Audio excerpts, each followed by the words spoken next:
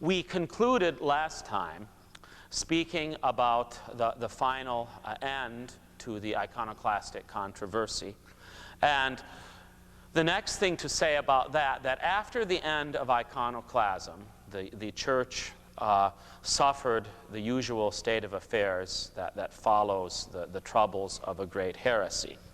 That, as you know, we said last time, that many of the bishops went along with the iconoclast policies of the emperor. It was mainly the monks and the laity and the parish priests that defended the faith during iconoclasm. And a few of the bishops, but the ones that did suffered very greatly and were generally sent into exile.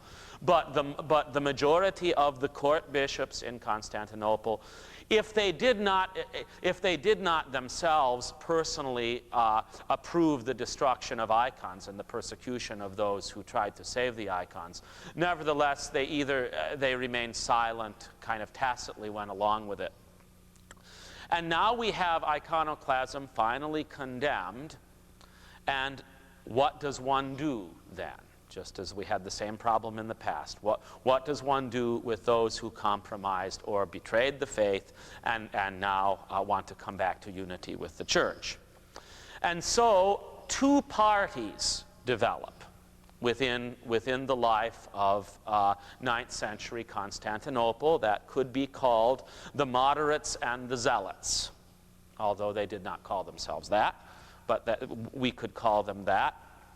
The moderates took the position that those who had actively engaged in iconoclastic acts, bishops and clergy, that they had to undergo a period of penance, and some of them were not going to be restored to their position. They would remain deposed.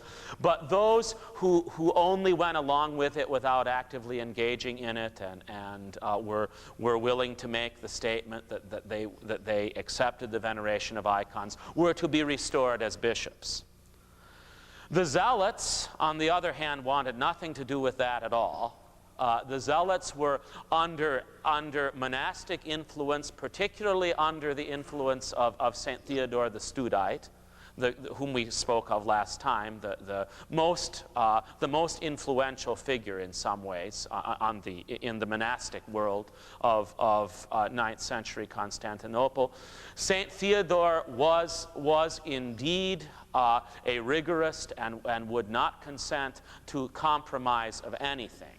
And in regard to those who, and of course, he had suffered so unspeakably horribly at the hands of the iconoclast himself and so many of his monks. The monastery of Studios, which was the largest in Constantinople, was treated with extreme harshness and barbarity by the iconoclasts. So Theodore and the Studite monks didn't want to hear any of this iconoclastic bishops being restored. And at the same time, there was a quarrel of another sort. The emperor decided that he didn't like his wife and wanted another one. So he trumped up some charges against his first wife. It's not unlike what one hears with Henry VIII many centuries later in England. And puts her away and takes another wife and is married with the blessing of the church, enters into a second marriage with no really good cause for divorce. And the Patriarch approves the marriage. He does not himself perform the marriage, but permits a priest to do it. And Theodore and his monks say that the church the faith has been compromised, the canons of the church have been broken, and so there is a great opposition that is raised against this flagrant breach of the discipline of marriage in the church, and St. Theodore himself refuses to either concelebrate or receive communion with the patriarch and the priests that perform this marriage, even though he does continue to commemorate the name of the bishop at the church services, yet he will not concelebrate or commune with him. And this creates a great stir throughout the church in Constantinople, so people choose their sides. And the patriarch that succeeds I forget the name of the patriarch that permitted the marriage. It might have been Nicephorus, but I'm not sure. Anyhow, Patriarch Ignatius that succeeds the patriarch that allowed this unlawful marriage allies himself firmly with Saint Theodore and the very strict monastic element in the church. And as a result, people are divided over this question, over the question of the bishops who had been in either iconoclasts or in cahoots with them. And so there's a great deal of unrest in the Church of Constantinople. And a lot of people want to get rid of Patriarch Ignatius. They think that he has allied himself too much with an excessively strict position of the Studite monks. So they have the emperor on their side, they force the Patriarch Ignatius to go into exile. And Patriarch Ignatius voluntarily resigns. Why? I'm not sure. And the readings that I have available don't speak much of Ignatius's motives, but he is not compelled to resign. He voluntarily resigns from office.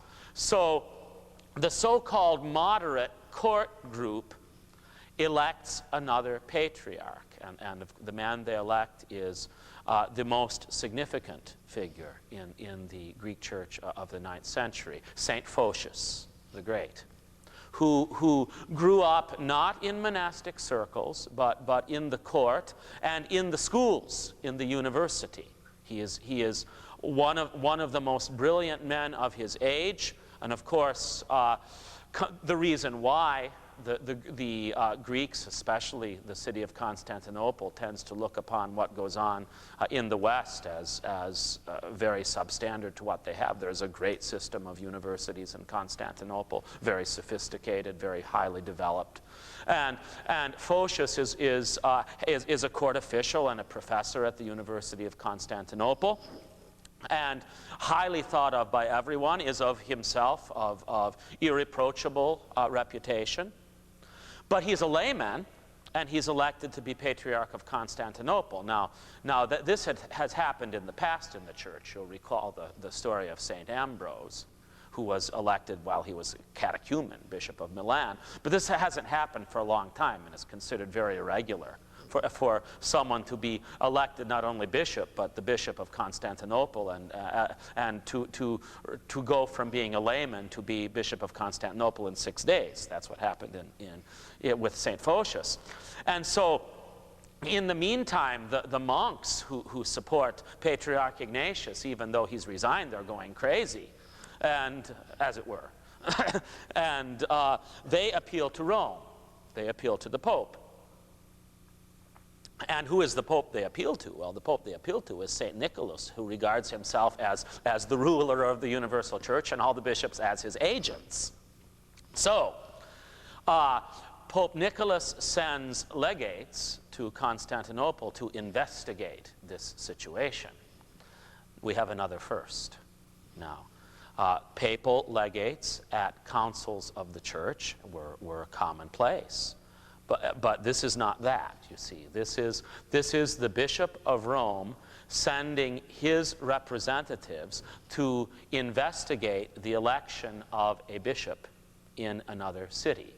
And in this case, not just any other city, Constantinople itself. So the legates come, and from what they can see, Photius has been established as Patriarch of Constantinople. Ignatius has voluntarily resigned, and they go back and say to Pope Nicholas, that's fine.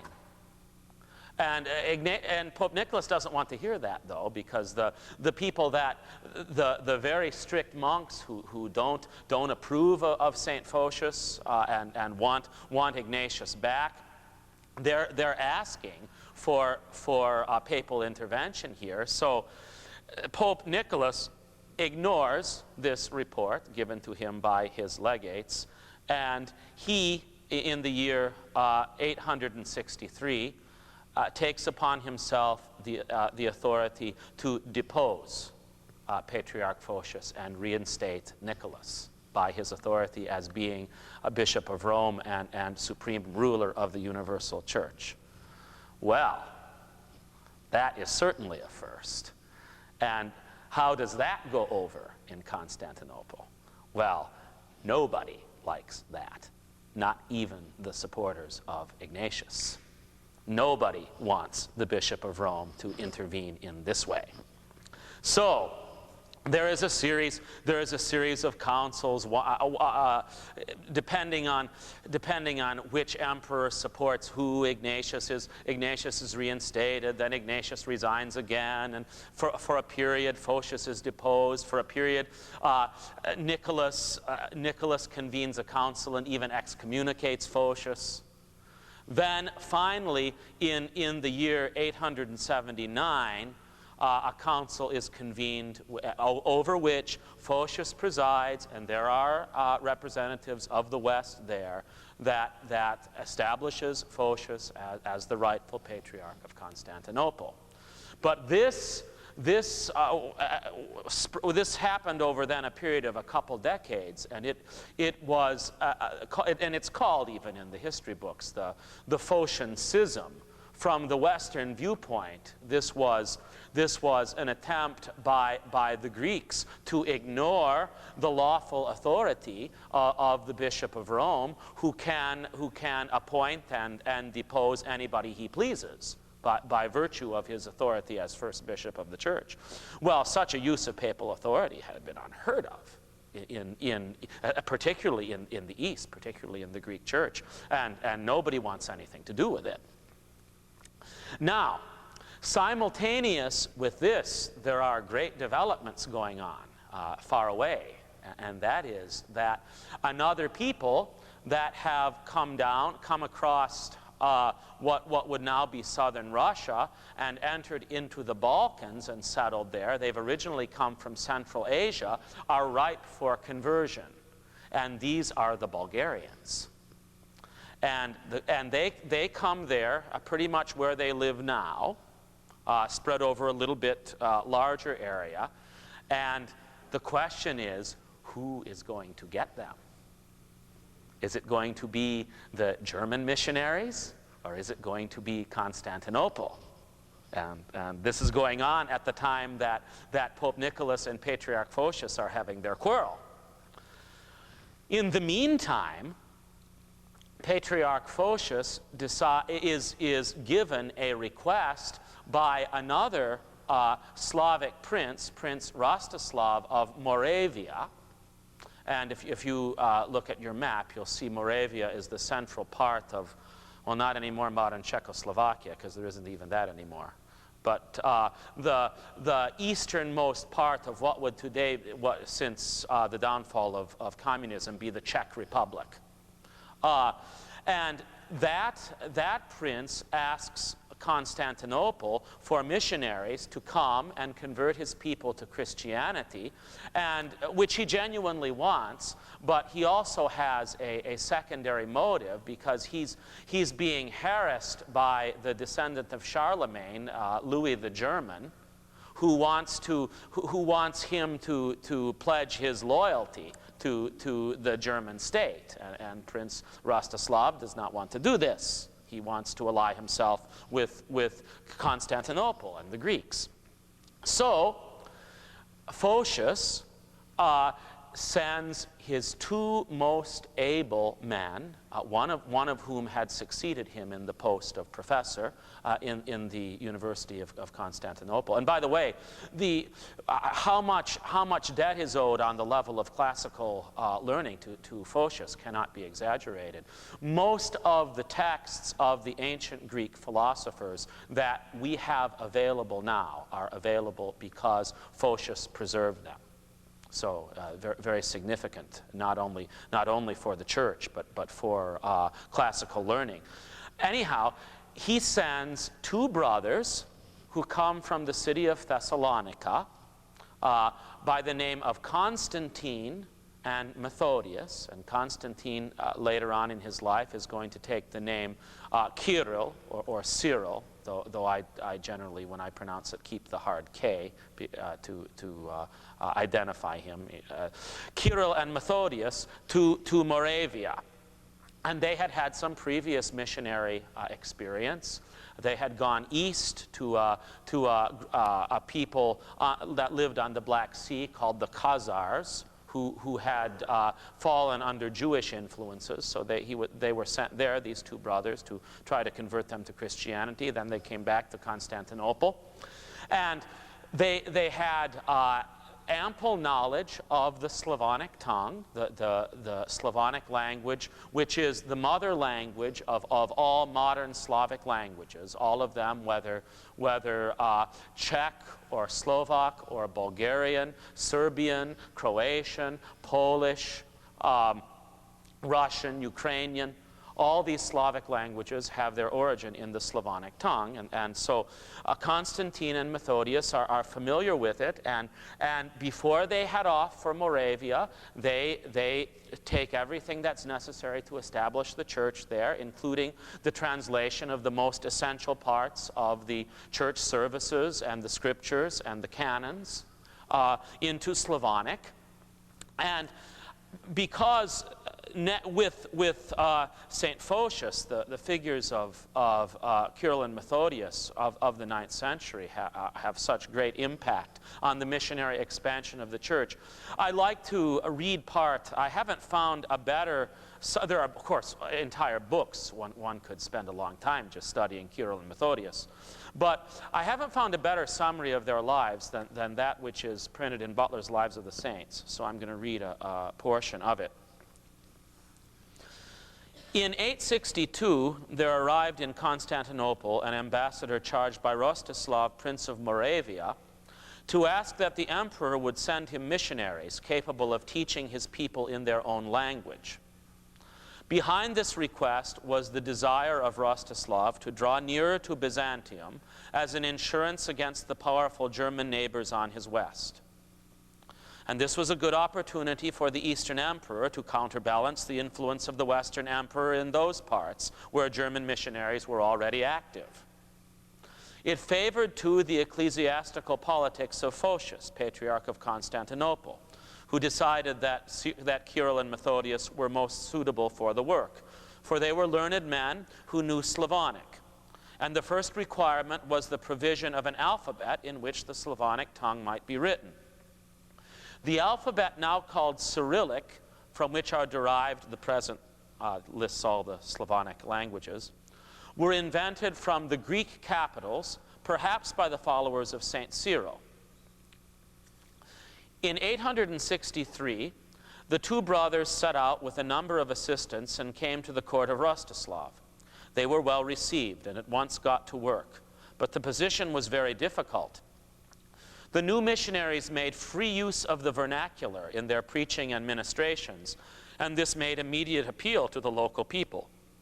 To the German clergy, this was objectionable, and their opposition was strengthened when the Emperor Louis the German forced Rostislav to take an oath of loyalty, fealty to him, the feudal oath to the overlord. The Byzantine missionaries, armed with their scriptures and liturgical hymns in Slavonic, pursued their way with much success, but were soon handicapped by their lack of a bishop to ordain more priests. The German bishop of Passau would not do it, and Constantine therefore determined to seek help elsewhere, presumably from Constantinople, from where he came. On their way, the brothers arrived in Venice. It was at a bad moment. Photius at Constantinople had been excommunicated by Pope Nicholas. The East was under suspicion. The liturgical use of a new language was vehemently criticized. One source says that the Pope, St. Nicholas, by the way, Nicholas is a saint of the Church. He was, despite his notions about himself, lived a blameless life and a great defender of the poor. So St. Nicholas sent for the strangers. In any case, they came to Rome, bringing with them the relics of St. Clement, which St. Cyril had recovered when in the Crimea on his way back from the Khazars. Pope Nicholas, in the meantime, had died, but his successor, Adrian II, warmly welcomed the bearers of so great a gift. He examined their cause and he gave judgment. Cyril and Methodius were to receive episcopal consecration.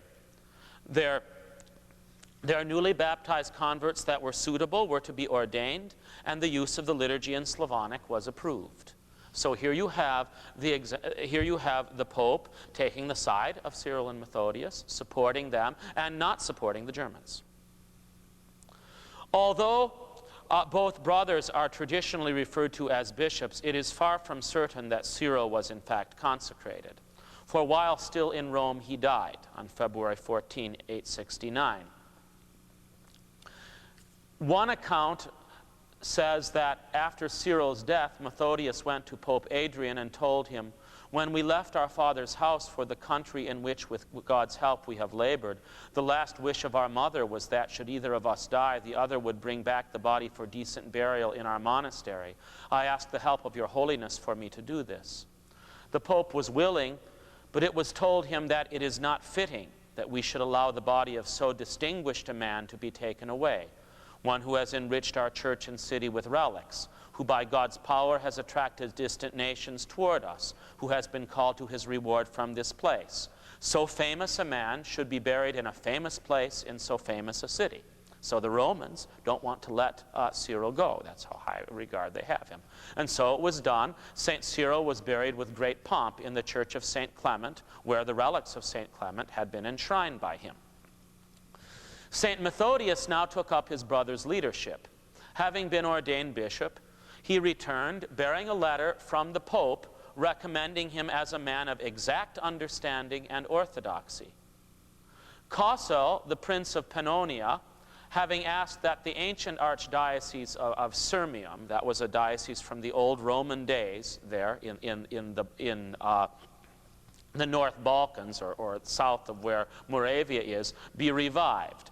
And so Methodius was made metropolitan, and the boundaries of his charge extended to the borders of Bulgaria. But the papal approval did not intimidate the German clergy there. And the situation in Moravia had now changed. Rostislav's nephew had allied himself with the Prince of Bavaria and driven his uncle out. And in 870, Methodius found himself haled before a synod of German bishops and interned in a leaking cell. Only after 2 years could the Pope, now John VIII, get him released. And then Pope John judged it prudent to withdraw the permission to use the Slavonic language. He called it a barbarous tongue, except for the purpose of preaching. At the same time, he reminded the Germans that the disposition of the Balkan areas, the old Roman area of Illyricum, belonged to Rome. So in other words, the Pope was claiming that the German bishops should not interfere there, that he was to say what was to go on there. During the following years, St. Methodius continued his work of evangelization in Moravia, but he made an enemy of Svatopolk, whom he rebuked for the wickedness of his life. Accordingly, in 878, Methodius was delated to Rome, both for continuing to conduct divine worship in Slavonic and for heresy, in that he omitted the words "and the Son" from the creed, which of course the Germans use, the Filioque. But at that time, those words had not been introduced everywhere in the West, and certainly not in Rome. John VIII summoned him to Rome. Methodius was able to convince the Pope both of his orthodoxy and the desirability of the Slavonic liturgy, and Pope John again conceded it with certain reservations. And he admitted that God, who made the three principal languages, Hebrew, Greek, and Latin, also made others for his honor and glory.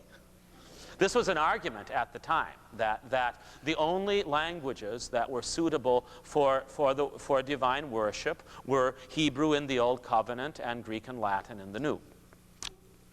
That was it. That was a very common claim in the West.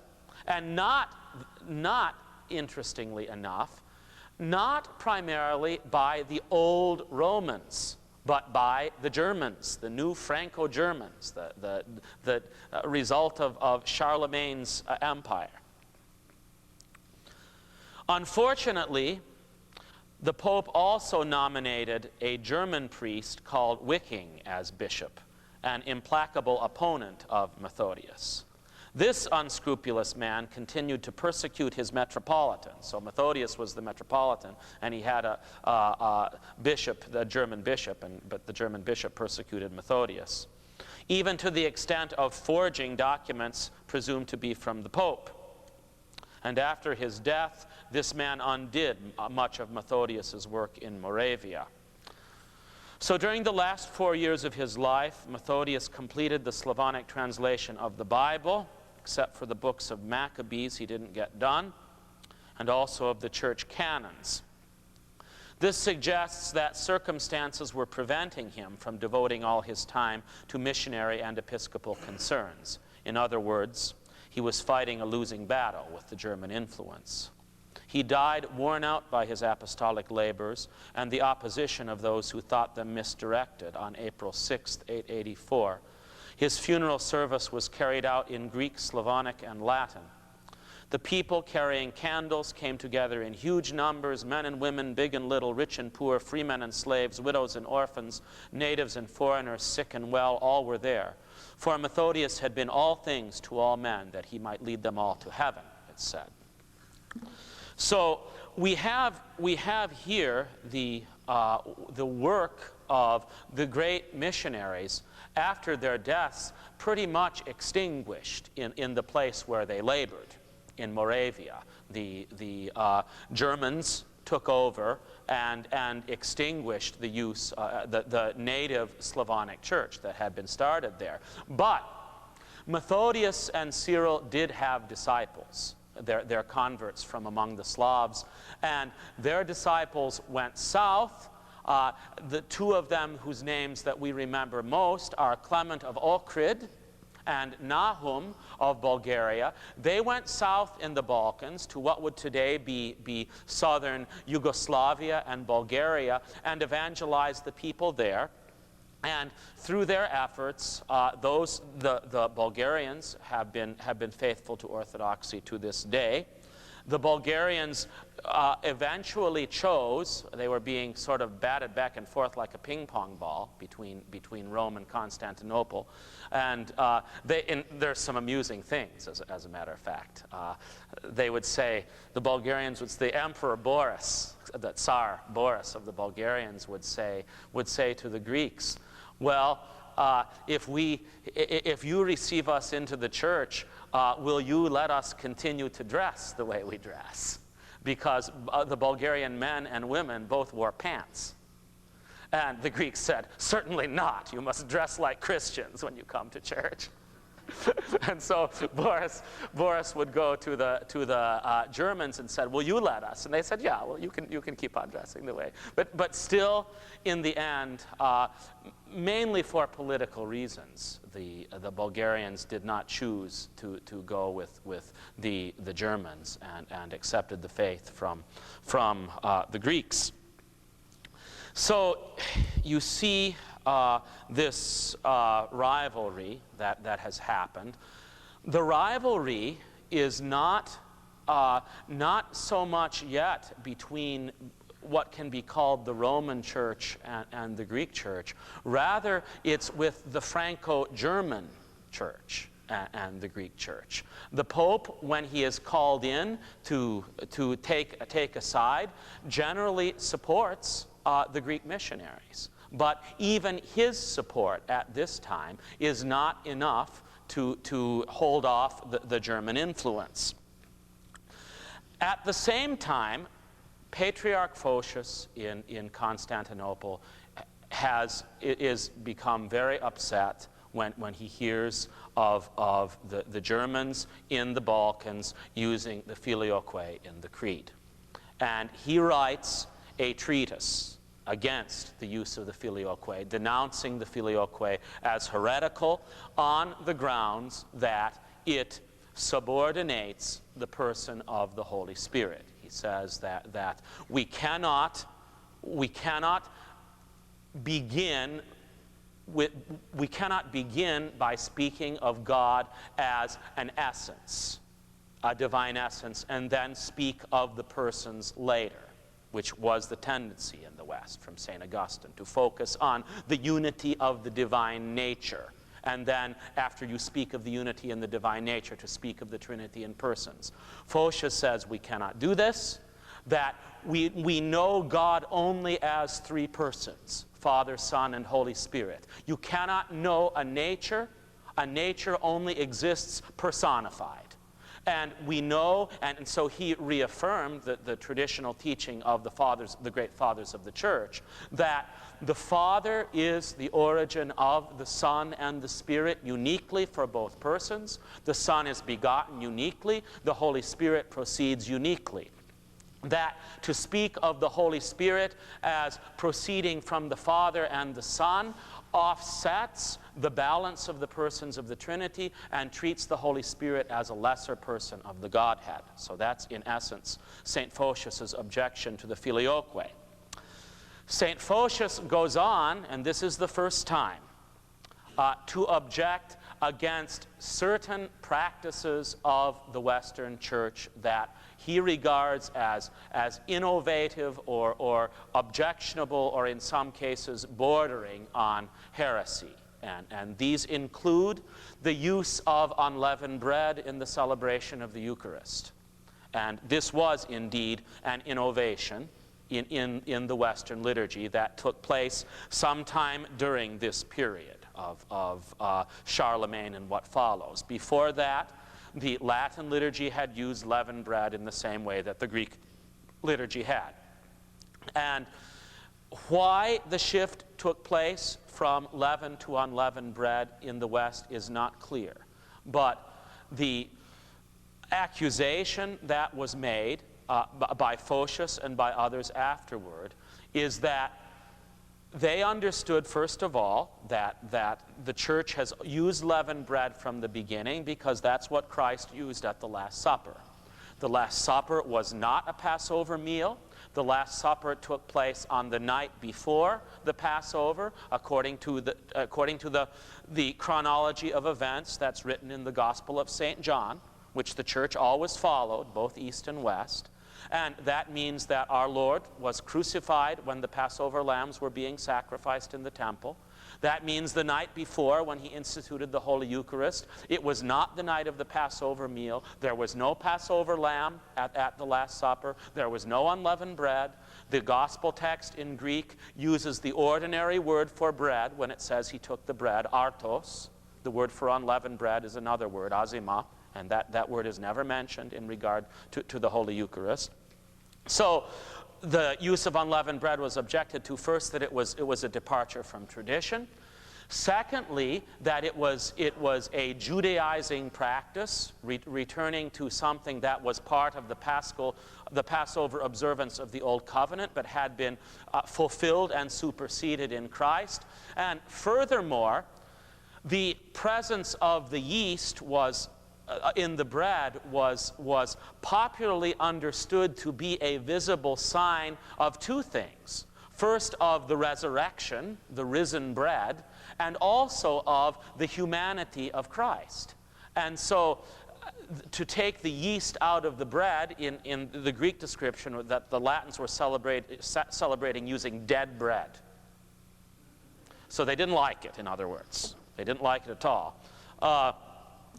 And then they also objected to certain other things. They objected to the enforced celibacy of the priests. That was becoming more and more the case in the West, though still not official. It became official for the Latin Church not until the 13th century, but is by far the most widespread practice. Even though throughout the entire Church by this time, since the 6th century, the episcopate is limited to those who are celibate. Of course, in the East, married men are ordained to be both priests and deacons. And so Photius objects that the West has enforced celibacy on the presbyterate.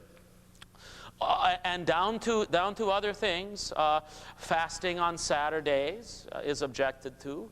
By fasting on Saturday, I mean in the most basic definition of the term fasting, which means to not eat all day until evening. And the church the Greek church from the beginning always regarded Saturday as the Sabbath. The Sabbath had been fulfilled but not abolished. And so the Sabbath was treated as a festive day on which there was no all-day fasting except for once a year on Holy Saturday. But the West frequently observed Saturday as a fasting day, so that's objected to too.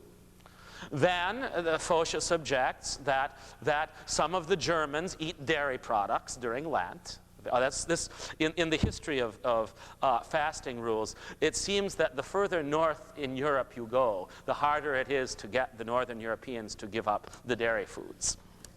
There's complaints about that even when the universal rule of fasting holds over the whole church, that the Germans and the French and the English don't want to give up their white meats, as they're called, meaning the dairy foods.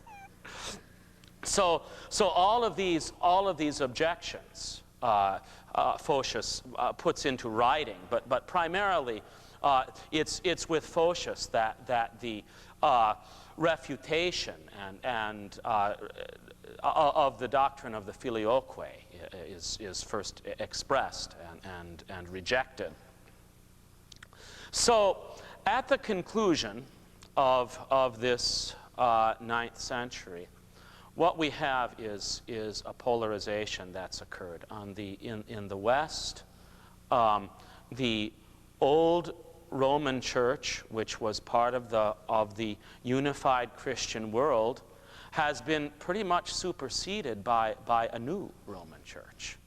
In this, some of the research I've mentioned before, some of the research and papers of Father John Romanides, which many people read and that I regard as rather extreme, when he claims that in fact the entire fabric of the church in the West, of the old Roman Orthodox Church in the West, was wiped out by the new Franco-German Church. I cannot, nor do I know of any historian that can make a case that demonstrates that. But there was certainly a new order of things established that was focused in what is today France and Germany, and has not yet included within its orbit the papacy. The papacy is functioning independently. The papacy is the one who declares who's going to be the Franco-German emperor, but the papacy is not itself a part of that world. But what's going to happen when the popes themselves are Germans? Oh, that's what we're going to get to next time. Now, in the East, in the meantime, and I'll conclude with this remark. And this is inspired by one who is, I think, regarded by all the Orthodox in the 20th century as one of the greatest historians of this period, Father John Meyendorff. There is also a restriction that has grown in the mind of the Greek Church as well. That the Greek Church has for a long time distanced itself from the rest of the Mediterranean world. The Greek Church has suffered from iconoclasm and from the confrontation of Islam. And so increasingly the Church of Constantinople, which would not before this century described itself as a Greek church distinct from the rest of the old Christian world, now began to do so. We have the monastic influence in Constantinople that until this day, from this period, regards itself as the watchdogs of the faith. the protectors of the traditional practice of the church. The spirit, for example, of the Athonite monks of our time seems very similar to the spirit of the Studite monks of the 9th century. Those who look out for any kind of compromise of the church's tradition. And with this conservatism, there is a price to be paid for it, because it increasingly regards what is Orthodox with what is Greek. And I think in any fair presentation of church history, this presentation is obviously and unashamedly from an Orthodox perspective, as we're going to see when we talk about the development of the schism. But we must be clear, I think, to see that human frailty and sin have plagued every part of the church at every time from the beginning, as we've said so many times in these talks. Any effort, any weakness on the part of Christians is always used by the gates of hell to try to prevail against the church. And triumphalistic presentation of the Greek church, the attitude of the Greek church being faultless during this time of the innovations of the West, particularly in regards to papal authority and the Filioque, that I think does not do justice to the issue either. So with the conclusion of this period, we'll proceed to the unfortunate widening of the estrangement that has occurred in the next talk. And now we're ready for questions.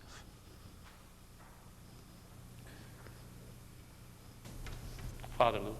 There's a book called The Rise and Fall of the Roman Church by Malachi Martin. I Yes. read it, and his premise seemed to me to be a sweeping history of the Roman Church, with the primary fault throughout its history to this day was that the Roman Church allied itself with armies and emperors and got into politics and ruling. And he says that is the fundamental failure of the Roman Church throughout history. Do you kind of agree with that from what you've been teaching?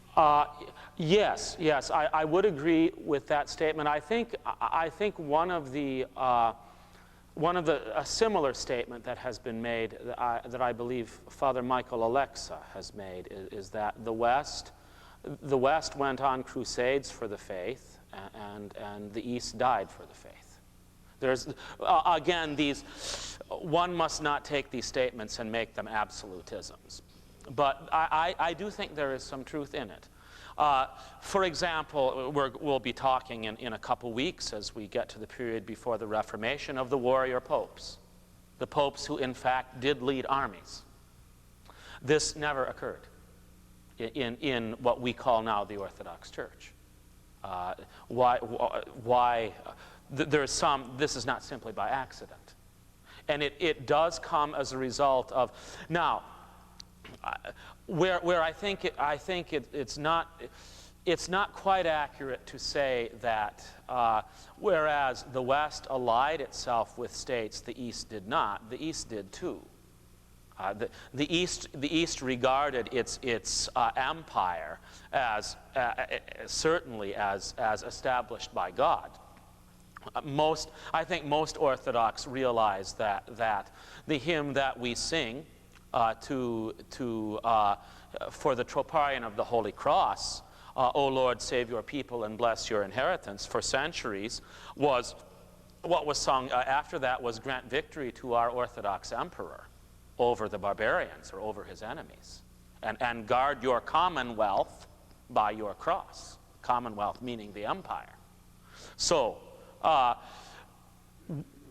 what you don't have, though, in the East, and by the East I mean what is now the Orthodox Church, you never have the church claiming to be the state. And this is what develops in the West, the church functioning as a state. Some would say, and I would agree with this, that circumstances forced some of this. St. Gregory the Great certainly did not want to be the governor as well as the bishop of the city of Rome, but there was nobody else to do it, so he did it. And from there it developed into more and more and more. And so one cannot excuse everything that it developed into simply with its rather humble origins with St. Gregory the Great. But it is certainly true that crusading use of the power of this world by, not only for, but by the church, does, in my opinion, seem to be one of the plagues of the West. Yes. Yeah.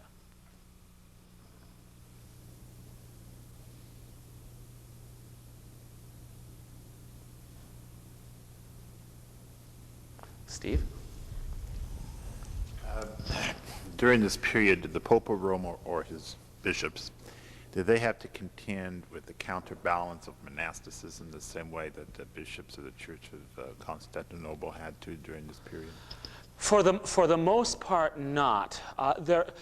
There's going to be some unique developments in Western monasticism that we'll have to talk about next time, because they contribute directly to the new papacy, because the papacy is going to be transformed from even from the claims of Pope Nicholas that we heard about tonight. But for the most part, Western monasticism does not directly involve itself with all of the doctrinal controversies that Eastern monasticism found, or at least the more urban expressions, more organized expressions, Cenobitic Eastern monasticism found itself called to defend. That didn't so much go on in the West, because you didn't have all of these doctrinal controversies that we talked about. They didn't occur primarily in the West. So the Western monks, following the rule of Saint Benedict, pretty much remained living the monastic life. Certainly they were not uninfluenced by the greater happenings in the church, and they began to acquire very great possessions, sometimes a significant portion of, for example, as much as 1/3 of the land in France and England before the Reformation belonged either to the church or to the monasteries. So the church became a primary landowner, and so monks had these huge tracts of lands with all of these, with a population that lived on them, non-monastic population. Same way that the great estates would have their serfs, the monasteries had their serfs too. No different. Hopefully they were treated better on the monastic lands. There's some evidence that they were than in general. But as far as acquiring a position of the guardians of the faith, the guardians of the church tradition, that did not fall so uniquely into the Western monks, at the hands of the Western monks, as it did to the Orthodox monks, the post-iconoclastic, and post-iconoclastic Orthodox monasticism.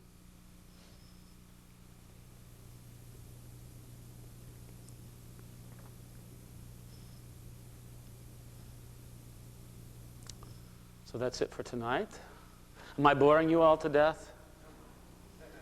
Try to pack so much into this. I don't know where to. God bless us.